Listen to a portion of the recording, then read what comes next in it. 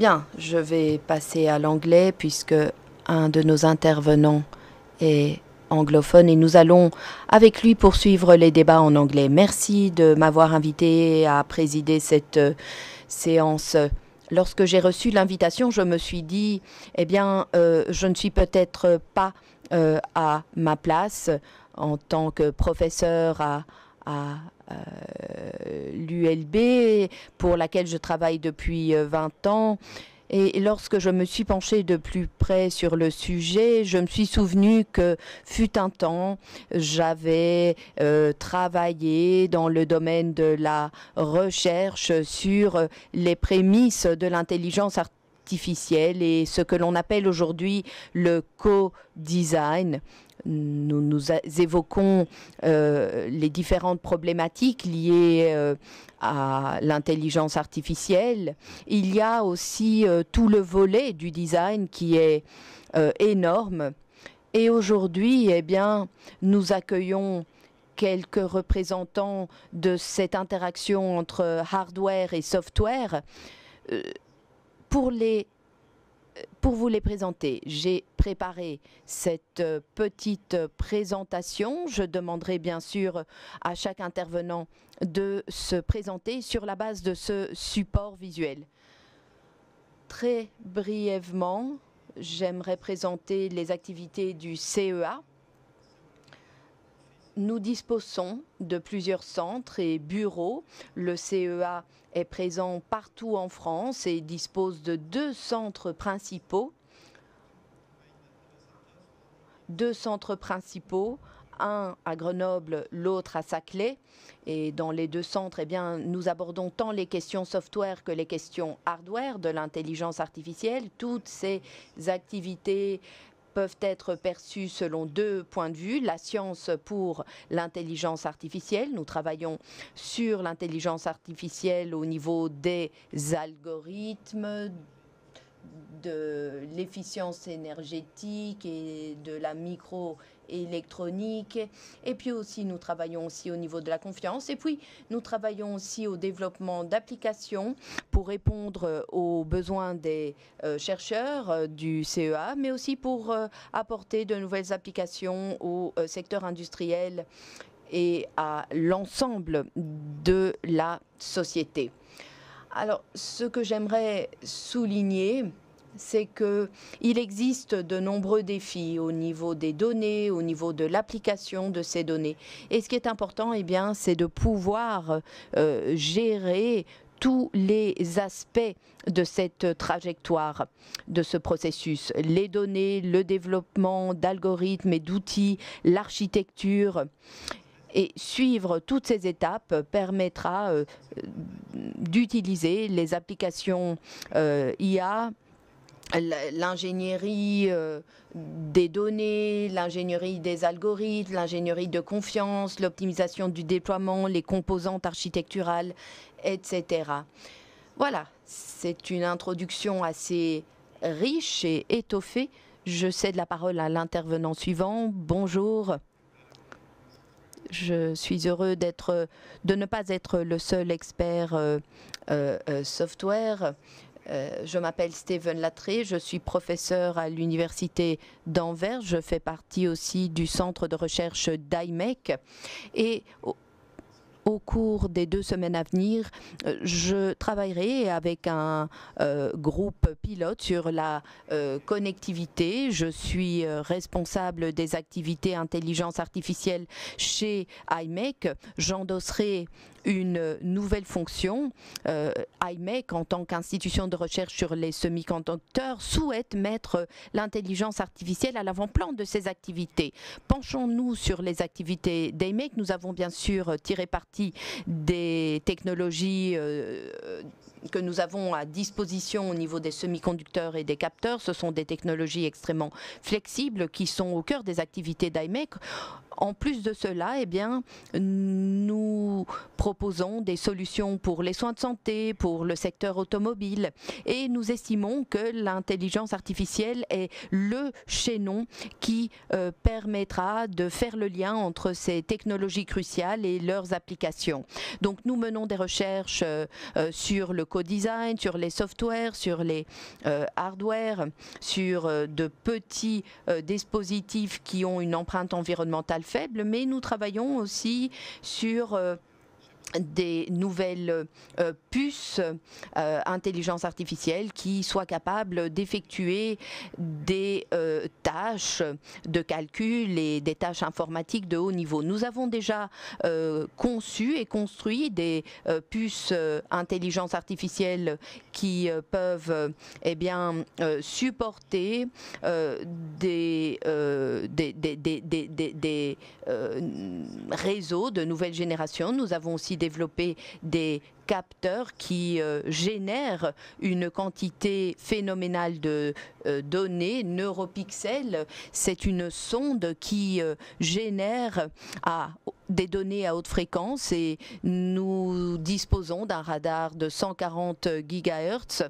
Alors pourquoi suis-je en train de revenir sur ces exemples qui ne sont pas de l'intelligence artificielle en tant que telle, mais qui requièrent beaucoup d'intelligence artificielle? Et pour réagir aux commentaires de François, il s'agit de combiner le hardware, le software pour construire un processus complet.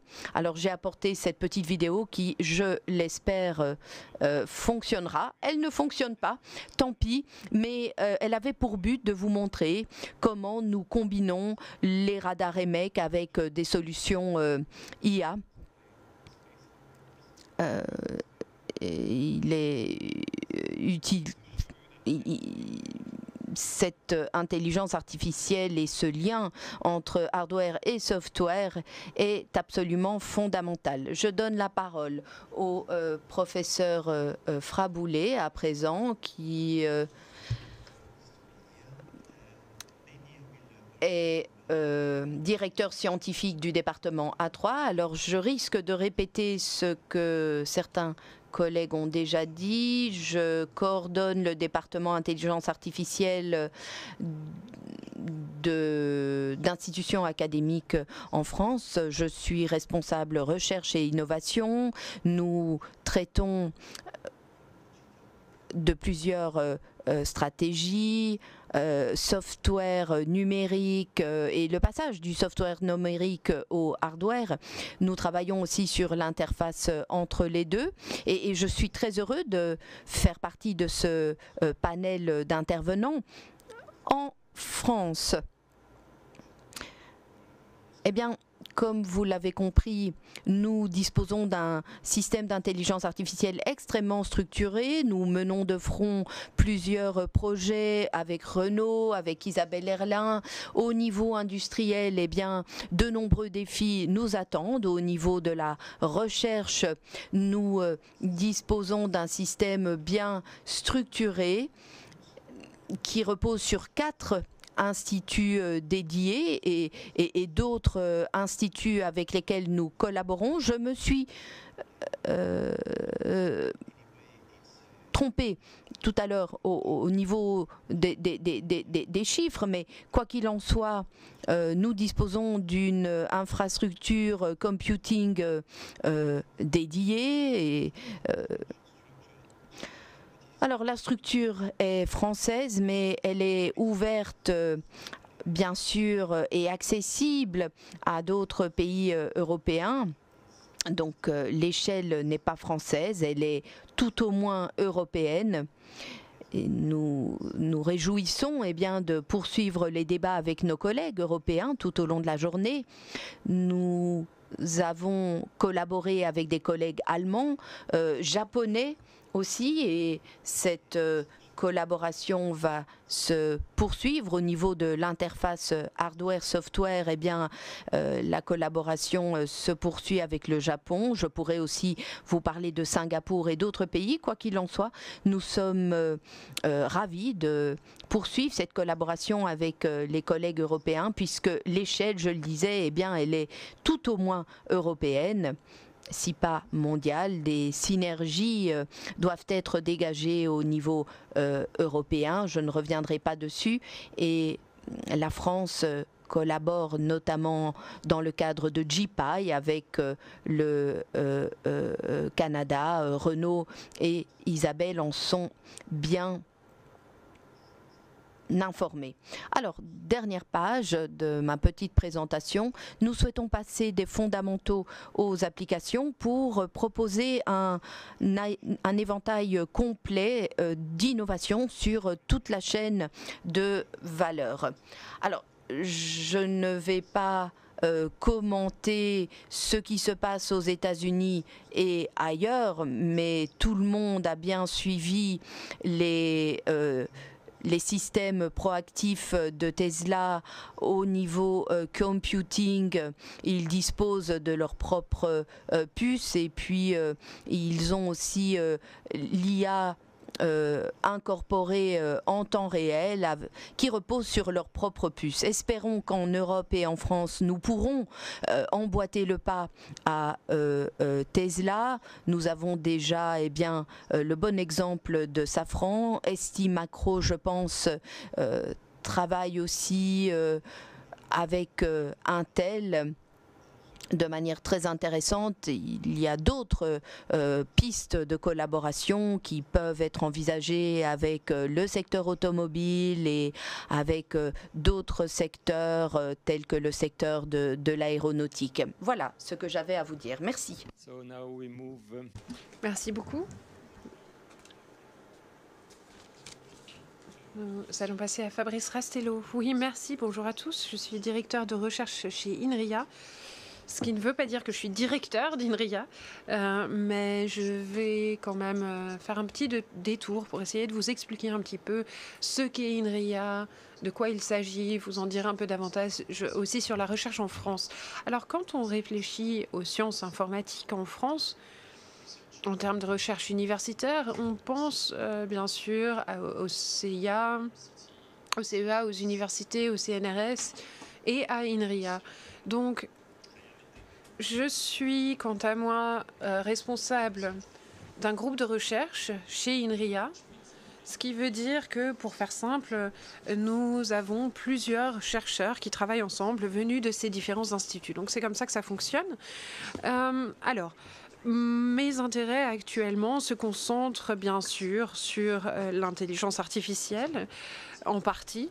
Et chez INRIA, donc quand je réfléchis à l'ensemble des équipes qui travaillent dans le domaine de l'intelligence artificielle, on a des gens qui travaillent, qui utilisent l'IA comme outil.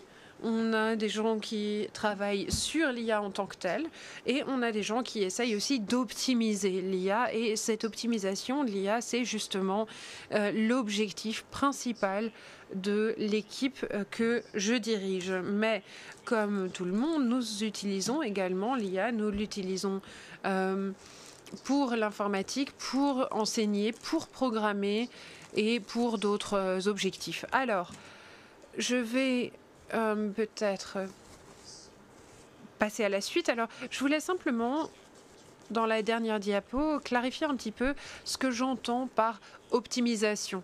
Alors, pour faire simple, il s'agit de prendre un programme. Ce programme peut être un programme de charge de travail avec une couche unique de réseau neuronal. Et vous devez garder à l'esprit qu'il y a vraiment beaucoup de manières possibles, beaucoup de combinaisons possibles pour exprimer les ASIC. Vous pouvez avoir une solution binaire qui fait exactement ce qui est exprimé par le programme d'origine. Et je ne parle pas ici de toutes les transformations possibles, avec les transformations algébriques, etc. Il s'agit vraiment de prendre l'exemple simple d'une convolution en 2D. On considère là une architecture très simple, avec des binaires raisonnables. Je pense qu'il y a 10 ou 20 combinaisons possibles et l'idée c'est d'en trouver une, d'en choisir une et de choisir celle qui a les meilleures performances. Donc j'ai ensuite un petit quiz pour terminer. Beaucoup de fabricants, beaucoup de gens vendent des puces ou des services comme du cloud et valorisent tout cela en créant des cadres et en créant des bibliothèques. Et grâce aux bibliothèques, ils optimisent des opérateurs spécifiques. Donc, il y a des ingénieurs qui passent des années à optimiser tout cela. Et c'est ce que j'appelle donc l'optimisation. On prend une convolution, un binaire de convolution 2D et on détermine ce qui est le plus rapide. On a un compiler générique, une librairie optimisée, une bibliothèque optimisée ou un compiler spécifique à un domaine. L'idée, c'est de savoir à quel point on peut aller plus vite avec l'un plutôt qu'avec l'autre. Et je vais vous laisser, bien sûr, réfléchir à tout ça pendant quelques secondes. Et donc, j'aurais dit que c'est sans doute la bibliothèque optimisée par le fabricant, mais en réalité, donc le compiler spécifique au domaine est le pire, le numéro 2 est le mieux, et le compiler spécifique au domaine, c'est le mieux. Le compiler générique, c'est le pire, et donc on va de 1 à 3 en termes de performance. Et l'architecture pour les superstructures, c'est de 1000, donc ça va 1000 fois plus vite. Ce que ça veut dire, c'est que la version originale va très lentement, en fait. Et le compiler spécifique au domaine, on a encore beaucoup de marge d'amélioration. Donc, c'est vraiment la conclusion. Très bien, merci beaucoup pour ces informations qui alimenteront nos réflexions. C'est une réunion entre la Belgique et la France aujourd'hui, donc je vais peut-être essayer d'illustrer un petit peu ou de parler un petit peu des perspectives politiques de collaboration entre la Belgique et la France. Il y a récemment eu des signes de création d'une plateforme stratégique de collaboration entre deux grandes entités en Belgique et en France, la CEA et l'IMAC. L'IMEC, pardon, donc avec une collaboration sur les semi-conducteurs pour l'IA. Et j'aurais aimé en savoir un peu plus sur ce qui se passe et sur les impacts qui ont déjà pu être ressentis suite à ces collaborations. Que se passe-t-il du point de vue des différentes personnes qui mettent en œuvre ce genre d'accord? Quel est votre point de vue, votre opinion? Et d'une manière générale, est-ce que vous pouvez nous faire quelques commentaires sur ChipSat et sur les autres initiatives aussi du point de vue d'un acteur? Oui, je vais commencer, et puis j'espère que mon collègue pourra compléter, terminer. Alors, en réalité, c'est une longue histoire, c'est un long chemin. L'accord n'est pas très... Enfin, déjà, on va dire quelques années d'âge. C'est un accord qui fonctionne. Ce qu'il y a d'évident, c'est que le CEA, et en particulier la partie microélectronique du CEA, qui a déjà été mentionné, a la volonté d'opter pour une stratégie de convergence. Et c'est la raison pour laquelle nous avons des accords avec l'IMEC pour synchroniser tout cela et partager les points de vue et pour réussir à être plus forts ensemble afin de construire, de bâtir des solutions. Il y a d'autres exemples qui ont déjà été mentionnés, je pourrais vous les présenter d'ailleurs, mais j'ai choisi d'opter pour une autre manière de présenter nos activités. Donc il y a une réelle convergence en termes de technologie et d'activité.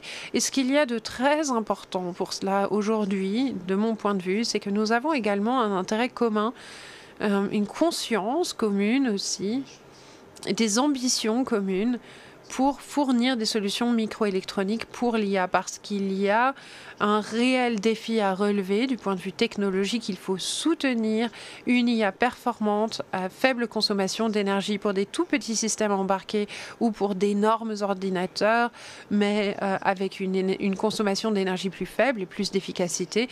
Et là-dessus, effectivement, nous travaillons ensemble pour proposer des expériences, sites de test au niveau européen avec des projets communs dont j'espère qu'ils pourront être rapidement évalués. En tout cas, nous avons des propositions très intéressantes.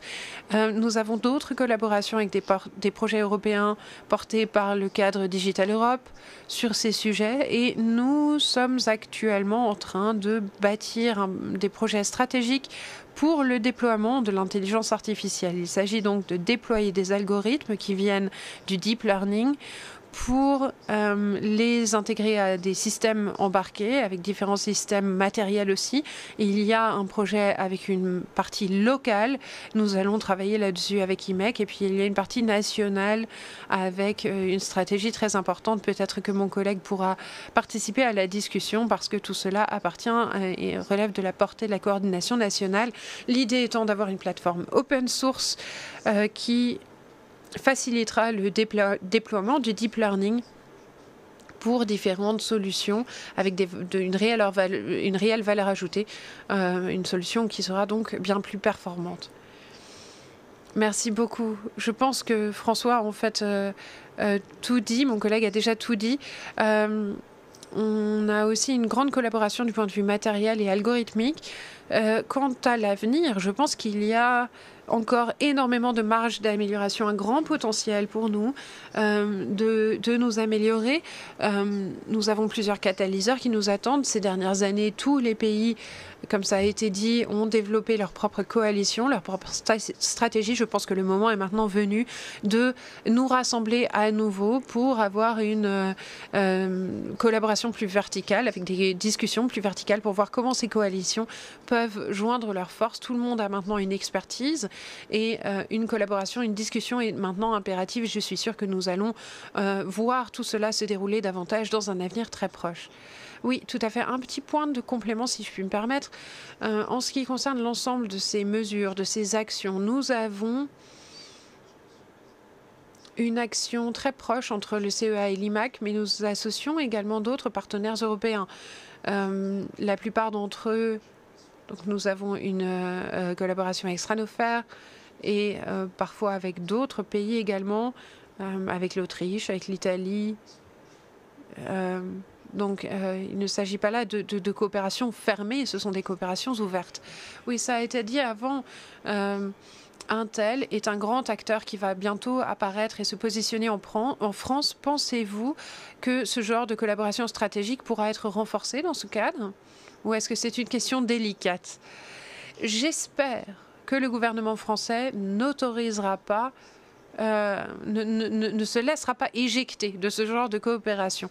Si on a 1000 chercheurs dans le domaine de l'IA sur le plateau de Saclay, ça n'aurait pas le moindre sens de ne pas avoir de collaboration avec un écosystème universitaire pourtant très riche sur ce même plateau. Et d'ailleurs également au niveau européen. Il est très simple d'aller du plateau de Saclay à Bruxelles et à d'autres grandes capitales européennes.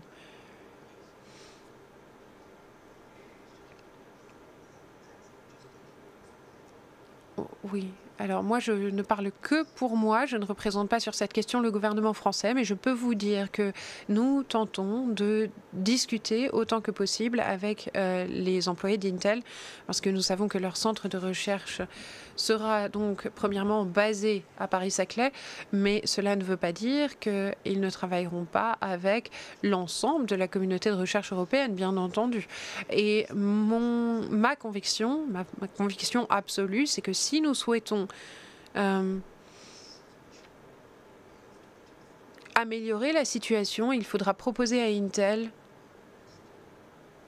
de collaborer avec nos tout meilleurs candidats et fournir des efforts aussi intensifs que possible pour aller plus loin, notamment en matière de formation, formation pour la conception de circuits, formation pour des circuits spécifiques pour l'architecture. Et je suis sûre qu'en travaillant avec eux,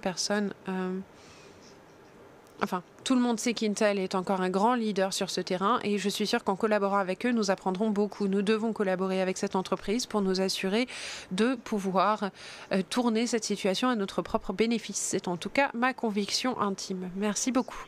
Alors, nous allons maintenant passer à une discussion plus centrée sur l'éducation. l'aspect éducation, aussi sur les questions liées au logiciel. Maintenant que l'IA est partout, omniprésente, on a parfois l'impression, notamment chez les plus jeunes, que donc maintenant, pour être scientifique, il faut apprendre tout le langage Python, etc. J'aimerais vous demander de dire aux gens qui nous écoutent aujourd'hui ce qu'il manque, en fait, l'angle mort de ce que ça veut dire que d'avoir une application IA. J'aimerais que vous essayiez d'expliquer. Faisons comme si j'étais un scientifique très naïf qui ne s'intéresse qu'au logiciel, qu'à l'autre côté de la médaille. Qu'est-ce qui me manque? Oui, le premier point, c'est qu'effectivement, quand j'ai appris l'informatique, en fait, j'ai surtout appris des algorithmes et des complexités arithmétiques. Donc, c'est ça qu'on apprend. Il nous manquait à l'époque déjà une grande partie. On avait déjà un énorme angle mort qui concerne lui, la communication. Quelqu'un en a déjà parlé. L'interface utilisateur. Il y a beaucoup de choses qui ne viennent pas du calcul informatique, mais qui viennent du mouvement de données ou de la quantité de mouvements de données que nous opérons. Nous avons besoin, il est impératif au moment de programmer, d'être conscient des raisons pour lesquelles ces versions des algorithmes, ou pourquoi une version d'un algorithme fonctionne ou fonctionne moins bien pour une architecture. Il faut vraiment être conscient des questions matérielles au moment de s'occuper de la programmation. C'est quelque chose qu'il faudra enseigner davantage et il me semble que la plupart, ou une partie importante en tout cas des formations actuellement, se concentrent sur une sorte de livre de recettes et on oublie déjà la partie algorithmique. Alors nous devons vraiment faire plus d'efforts dans ce domaine parce que, comme je l'ai déjà dit, il y a il va falloir multiplier la quantité d'énergie investie et je pense que l'exemple que je vous ai donné pendant ma présentation est très très simple, trop simple en fait, et la réalité est beaucoup plus complexe encore. J'ai un commentaire un peu étrange à ce sujet. Ce matin, avec un collègue, nous avons parlé des véhicules autonomes, évidemment, et des avions autonomes plus spécifiquement. Mon fils est pilote et je suis intéressée par l'aviation, et ce depuis plus de 10 ans. Donc, je pense qu'au-delà de tout ce qui a été dit, c'est vrai que l'IA, ça n'est pas que de la technique, il faut aussi réfléchir à l'économie, il faut réfléchir aussi aux questions, à l'environnement d'application. Quand un pilote aura à sa disposition des systèmes autonomes qui lui permettront de déléguer certaines tâches, eh bien, ce qu'il faut comprendre, c'est que, évidemment, ce système sera plus intelligent, avec de l'intelligence artificielle, mais le système sera également complexifié. Et le travail d'un pilote, c'est de gérer les situations dégradées, les situations compliquées. Et plus le système est complexe, et plus les tâches du quotidien sont faciles, mais plus la situation dégradée est complexe à gérer. Parce que nous avons donc un système qu'on veut automatiser, d'accord, mais et si ça ne va pas? Si les choses ne fonctionnent plus, eh bien pour moi, la situation est 2 fois plus compliquée parce que je ne comprends plus rien. Donc, ce que je vous dis, c'est un exemple très simple, un exemple très personnel aussi. Et ça vise à illustrer le fait qu'il faut tenir compte de l'ensemble du système, l'ensemble des applications et travailler et se rappeler des professionnels qui doivent gérer ces systèmes lorsqu'ils ne fonctionnent pas de manière optimale. C'est vrai pour les véhicules autonomes, semi-autonomes, c'est vrai pour les avions, c'est vrai pour le monde de la médecine. Une fois que nous aurons des diagnostics semi-automatisés, nous devons toujours aller un petit peu plus profondément, nous intéresser à l'environnement professionnel dans lequel ces systèmes seront introduits. Et je pense que ça n'est pas comme vous l'avez dit, il ne s'agit pas simplement d'être ingénieur logiciel, il ne s'agit pas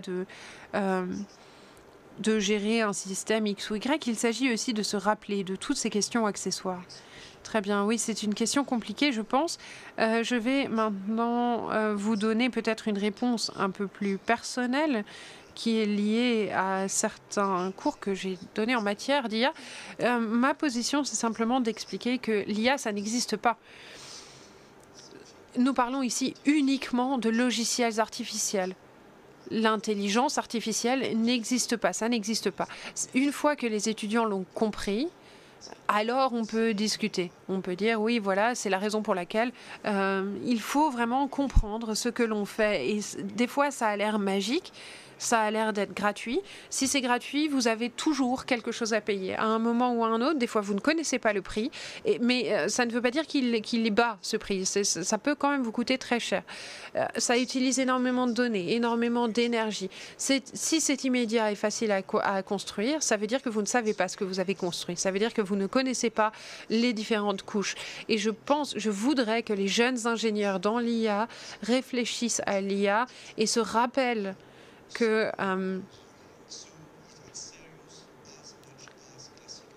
c'est une question tout aussi sérieuse que les logiciels traditionnels. Il faut réfléchir à la qualité des processus, des données, à la qualité du développement, des tests, etc. Donc, et si ils sont d'accord sur ces points, alors nous pouvons utiliser l'IA pour des applications fantastiques, enthousiasmantes, efficaces, qui nous permettront de créer un monde meilleur pour les êtres humains.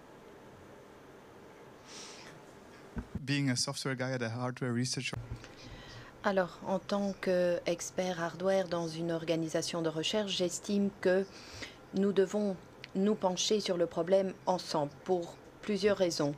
On a tendance à dire que l'IA sera l'équivalent de l'invention de l'électricité de demain.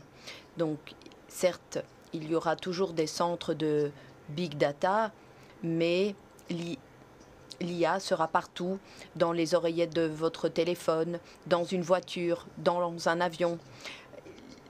On voit que de nouvelles puces pour l'IA sont élaborées aujourd'hui.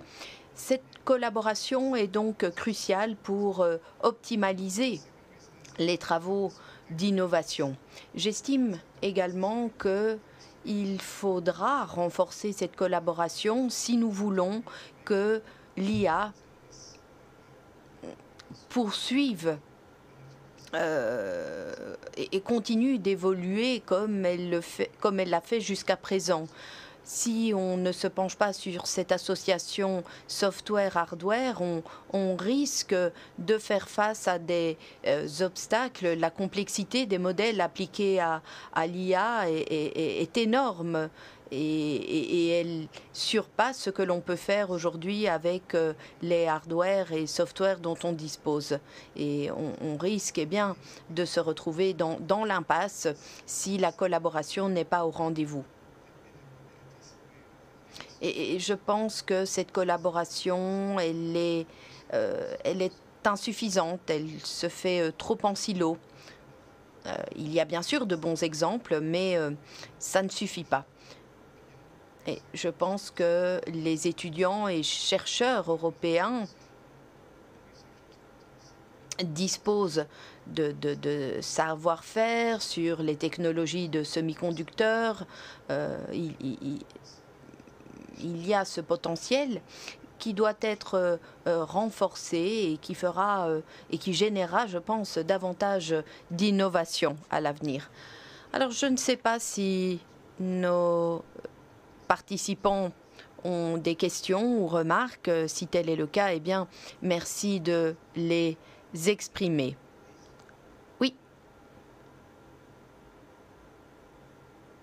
Alors là, malheureusement, les interprètes ne peuvent pas entendre la question qui est posée hors micro et ne peut dès lors pas être traduite. Alors, François l'a déjà dit,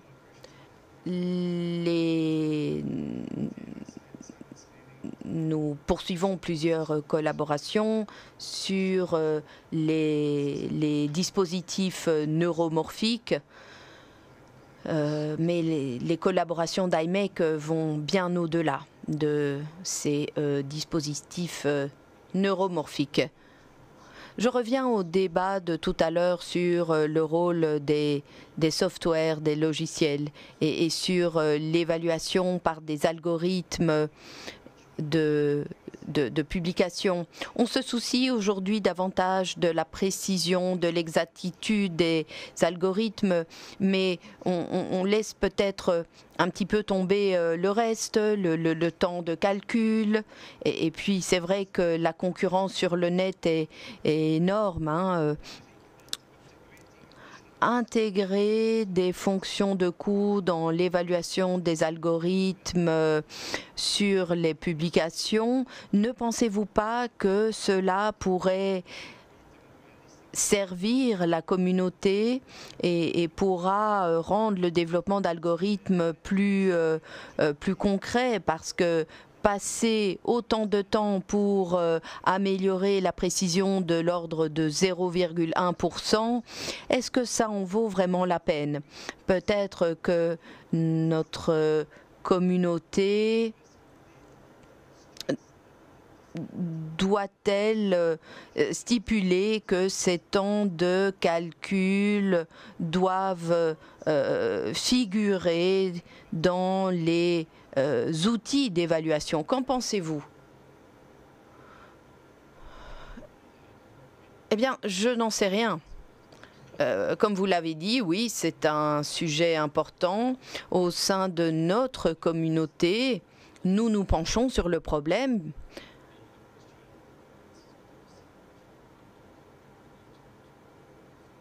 Je pense que nous devons redoubler d'efforts pour que les développeurs d'applications puissent en tirer parti. Certains d'entre eux, ou bon nombre d'entre eux plutôt,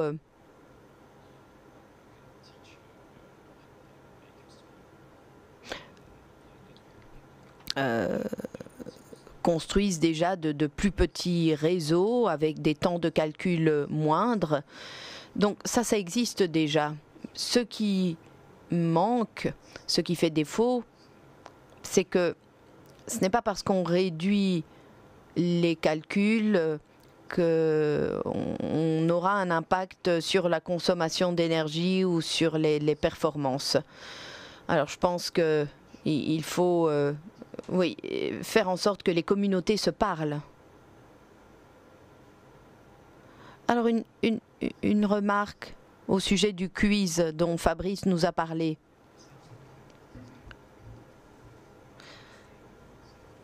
Alors on peut obtenir des gains de 1000 fois en termes d'efficacité et de temps de calcul. Et puis, lorsque l'on évoque l'optimalisation des puces spécifiques, il faut tenir compte de ce compromis à trouver entre la polyvalence, la versatilité et l'optimalisation. Et ce que l'on effectue 1000 fois mieux, on l'effectuera de manière certes plus spécifique, mais ça coûtera extrêmement cher. On perdra aussi la flexibilité des processeurs. Hein, on connaît la différence entre les NASIC et les processeurs.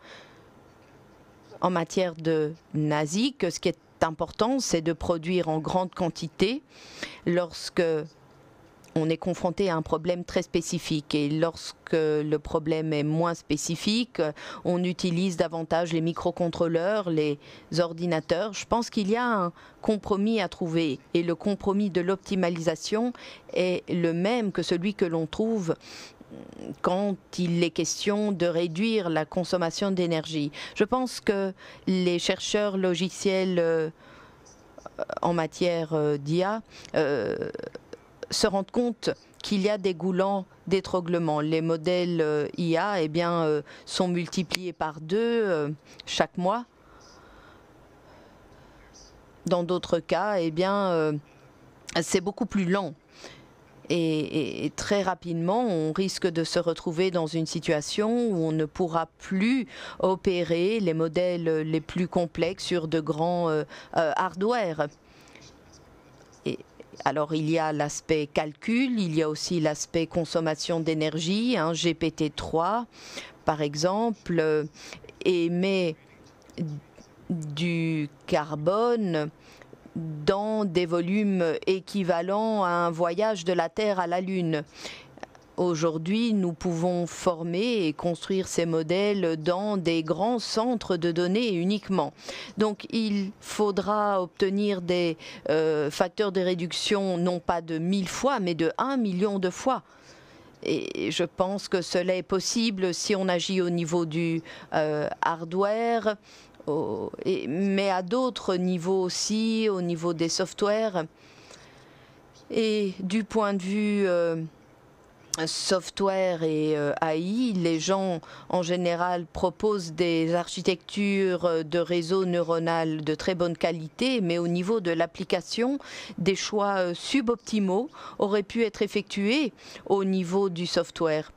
Si on combine tout ça, on serait beaucoup plus optimal. Et ce qui fait défaut, eh bien, c'est ce dont je viens de parler. Alors, une brève remarque. Vous avez souligné un point très important. Moi, j'ai le sentiment à ce stade que la communauté de chercheurs dans le domaine de l'intelligence artificielle se soucie très peu de la frugalité énergétique, de la frugalité des données. Dès lors qu'on réduit le volume de données, dès lors qu'on réduit les calculs nécessaires à la construction de modèles, eh bien, on obtient des résultats très intéressants. Et c'est un sujet que l'on commence seulement à évoquer depuis 1 an, depuis très peu de temps en fait. Donc je pense que tout ce qui peut être fait pour aller plus loin en termes de frugalité et utiliser les indicateurs en termes de nombre de données utilisées, de nombre de calculs effectués, de consommation énergétique sera bénéfique. Et si quelqu'un peut inciter à utiliser davantage ces indicateurs, eh bien qu'il le fasse, parce qu'il faut véritablement aller dans ce sens. Je pense que la confiance, on en parle depuis au moins 5 ans, on la comprend bien. La frugalité fait l'objet d'un débat plus récent. Et en matière de frugalité, ne pensez-vous pas qu'il y a peut-être un manque d'objectivité? Le deep learning implique des applications et des modèles très complexes le deep learning tombe parfois un peu dans l'excès au niveau des paramètres. Alors, est-ce que autant d'efforts sont réalisés dans l'application intelligente de modèles qui ne sont pas aussi grands que ceux que l'on a dans le deep learning? Il y a en statistique des modèles beaucoup plus frugaux, mais dès lors que l'on recherche une plateforme au niveau de l'Internet des objets, on ne trouve pas de modèle simple. On est plutôt dans des approches très complexes. Oui, très bonne remarque. Et hier, j'ai participé à un séminaire sur ce sujet au CEA avec des gens qui travaillent sur les instruments nucléaires de détection de radiation, et ils proposent des algorithmes liés au deep learning. Et toutes les équipes de recherche AI étaient présentes et ont demandé pourquoi utiliser le deep learning alors que vous pouvez obtenir de meilleurs résultats avec des algorithmes plus simples, moins chers. La réponse a été on ne sait pas. On sait que l'IA c'est le deep learning, bien sûr, mais finalement, il n'y a aucune vision claire des différentes technologies et de leur rôle respectif. J'ai discuté avec des chercheurs de l'équipe IA qui a conçu un tableau avec les différents, basés sur les différentes technologies deep learning, et ils ont indiqué quelles étaient les applications possibles. Et lorsque quelqu'un propose une application, ils essayent de voir à quel niveau du tableau cette application appartient. Je pense qu'il faut pouvoir partager cette manière de faire pour que l'IA s'approprie des meilleures technologies, pas forcément des plus pointues, qui sont parfois très bien, mais pas toujours nécessaires.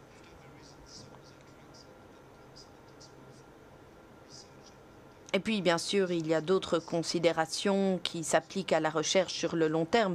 Je pense que les chercheurs doivent se dire, OK, on a le deep learning, quelle sera l'étape suivante? Ce ne sera pas le deep learning, ce sera forcément quelque chose de tout à fait différent. Donc, je pense qu'il faut faire preuve de créativité et apprendre des modèles sur la base d'autres approches.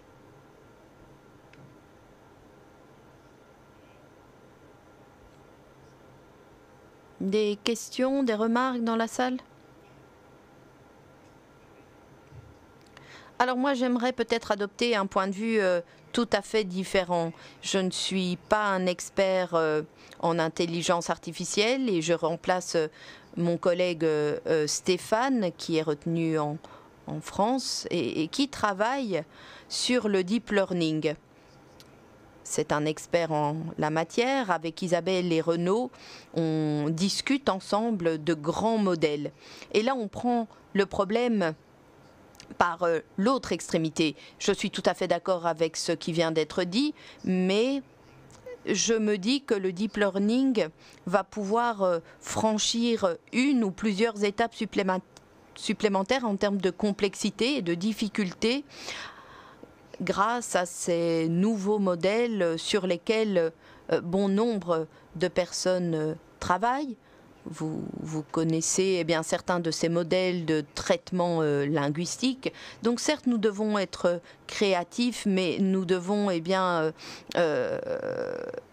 élargir la réflexion.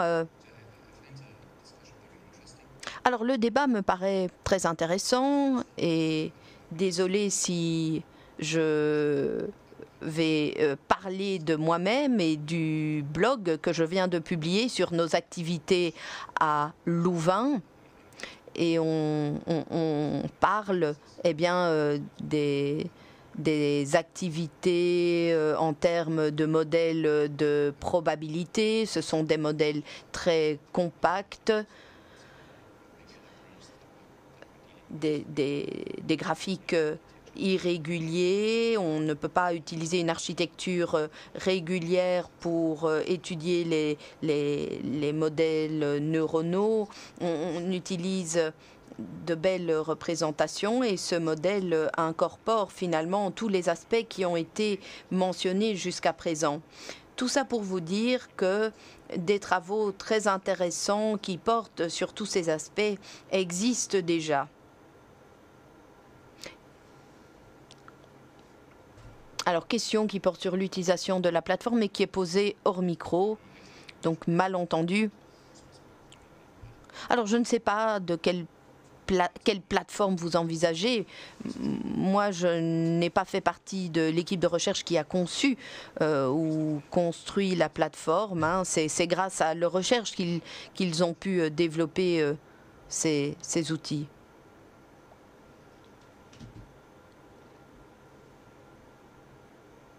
Commentaire hors micro. C'est de la recherche fondamentale, dit l'intervenant. Bien, alors, poursuivons avec la méthodologie du design. Faire du co-design de logiciels et de hardware, ça veut dire prendre des décisions, faire des choix.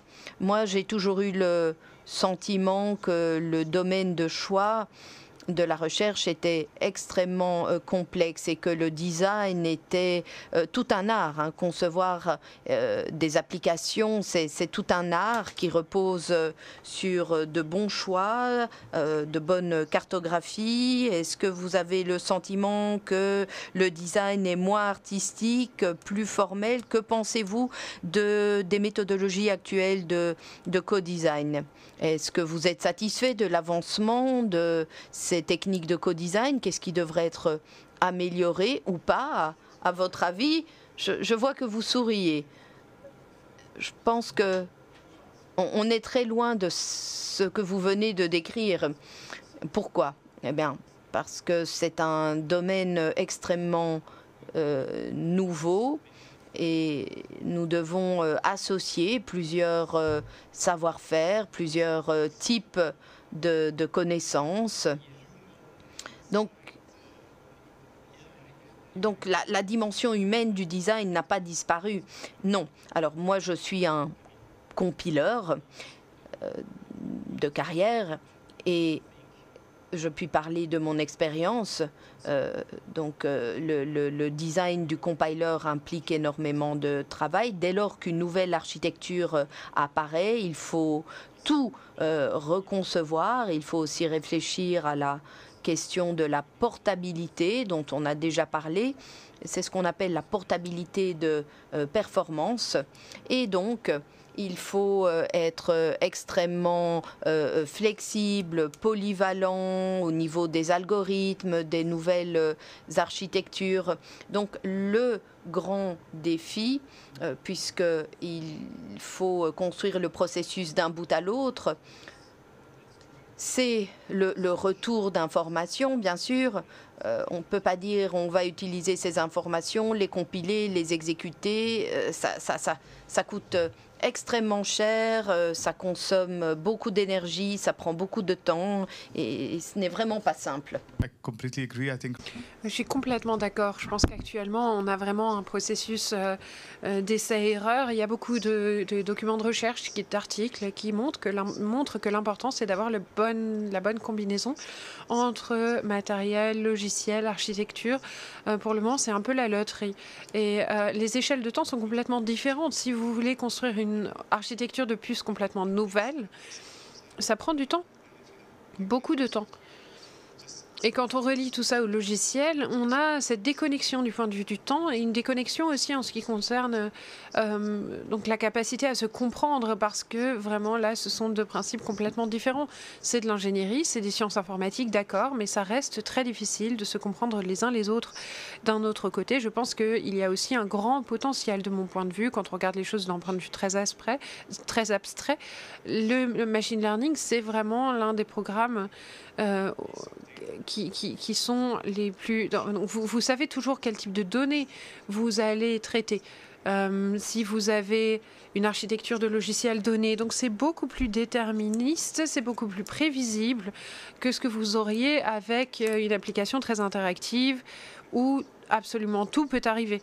Donc les données sont totalement différentes, mais le type de données, quant à lui, est bien souvent très similaire.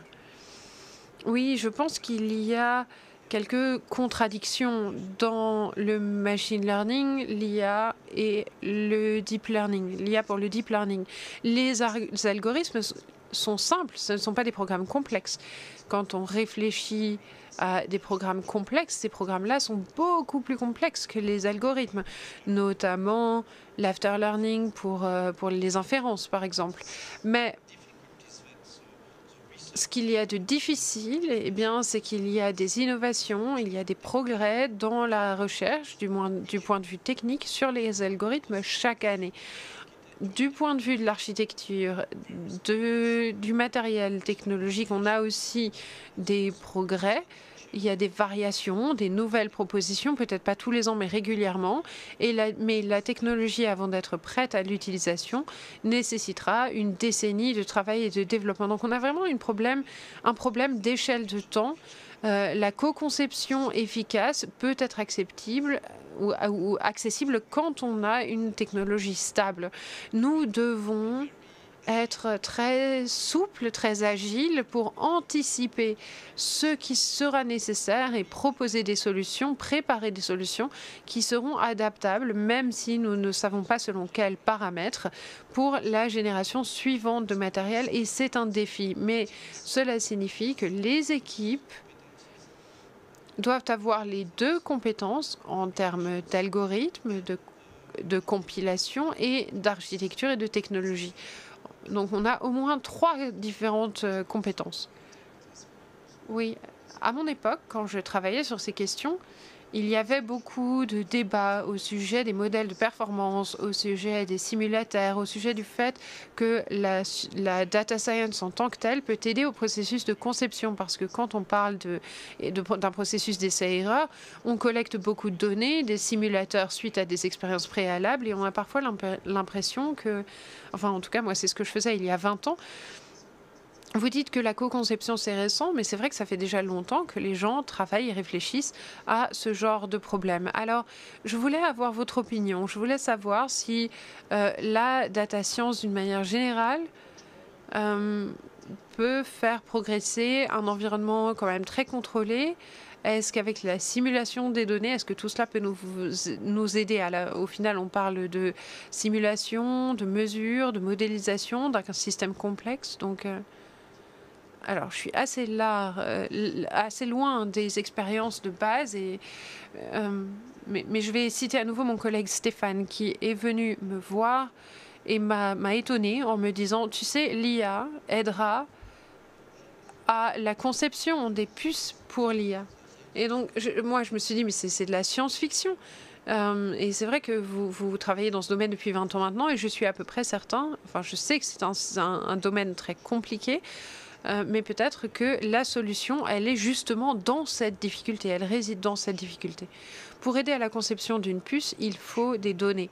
Et si vous n'avez jamais travaillé sur la conception, vous n'avez pas de données. Donc c'est le serpent qui se mord la queue. Avant d'avoir une IA capable de concevoir de nouvelles puces, il faut avoir beaucoup d'expérience dans la conception de puces.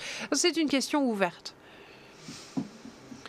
Oui, je ne sais pas. Encore une fois, c'est assez éloigné de mon expertise. Vous me contredirez si j'ai tort, mais ce que j'ai cru comprendre dans le spectre complet de valorisation dont je parlais au départ, j'ai l'impression que la chose la plus difficile, ce sera les outils CAT. Dans le monde entier, on a pour le moment que des outils américains, Cadence, Synopsys, etc. Donc c'est une difficulté, c'est un défi, mais c'est peut-être aussi une occasion à saisir, parce que nous parlons maintenant de nouvelles méthodes de gérer les outils de CAT, et donc peut-être que cela nous offrira quelques occasions que nous pourrons saisir. Je ne sais pas, c'est une question aussi. Oui, je pense que vous avez tout à fait raison. Je pense qu'on voit que ces simulations... Maintenant, il faut appeler ça des jumeaux numériques, des digital twins, si on veut être à la mode, mais c'est vrai que la combinaison, donc la génération de données à partir d'une simulation, le transfert de ces données dans un environnement réel, tout ça, c'est un défi ouvert pour la recherche, mais c'est aussi un défi qui va transformer, révolutionner vraiment beaucoup de nouvelles applications dans ce domaine. Donc oui, absolument, vous avez raison. Pardon. Je pense qu'on s'éloigne un peu de la portée de l'IA seule. Mais ce que vous avez dit est très, très important. Si l'on veut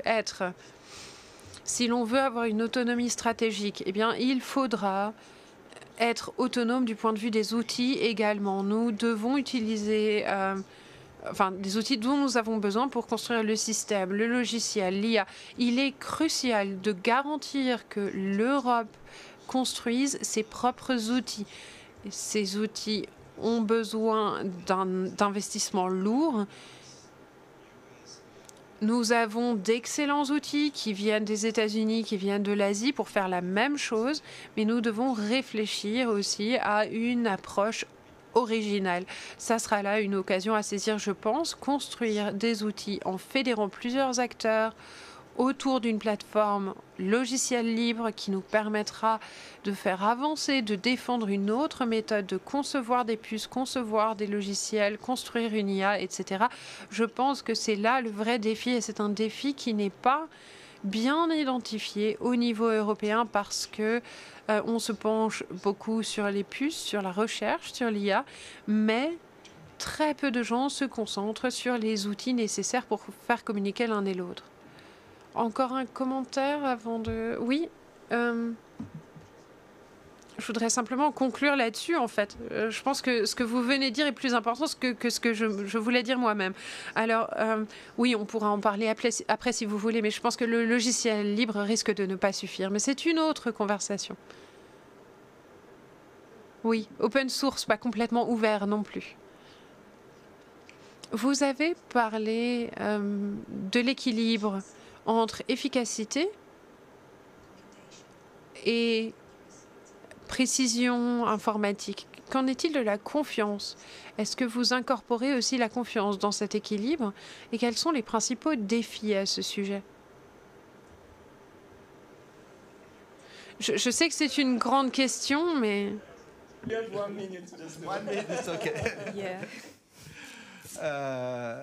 Oui, vous avez une minute. Ouais, une minute, c'est pas beaucoup. Alors, comme c'est souvent le cas, quand on essaye d'optimiser quelque chose, il faut optimiser en 7 dimensions. Et il y a toujours une dimension qui est en contradiction avec les autres. Il est probable que lorsque l'on ajoute les éléments de design qui assurent une plus grande confiance, il est probable que les performances ou la précision diminuent. Et parfois, si nous souhaitons avoir une grande confiance ou un modèle simple sur lequel ou qui nous permettra de démontrer quelques propriétés, eh bien, nous déciderons d'avoir moins de performance. Nous opterons pour une performance un peu moindre. Mais c'est un sujet ouvert et nous n'avons pas la solution actuellement à disposition. Nous sommes en train, cependant, de construire les outils, la méthodologie. Et un élément clé, c'est d'abord de définir la confiance. Quelles sont les propriétés dont nous avons besoin? Et c'est une question épineuse. Oui, je comprends, mais... les entreprises sont intéressées et la recherche est intéressée et souhaite incorporer ces aspects. Oui, absolument, tout à fait, 100%. Oui, je n'en ai pas parlé, mais la deuxième génération d'IA, nous avons un énorme projet en France et nous avons 4 piliers. L'un de ces piliers est celui justement de la confiance. Merci beaucoup.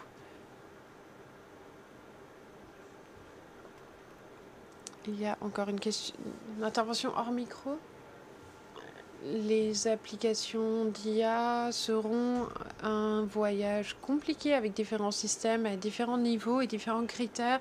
Et plus nous en saurons, plus nous aurons de nouveaux critères à remplir.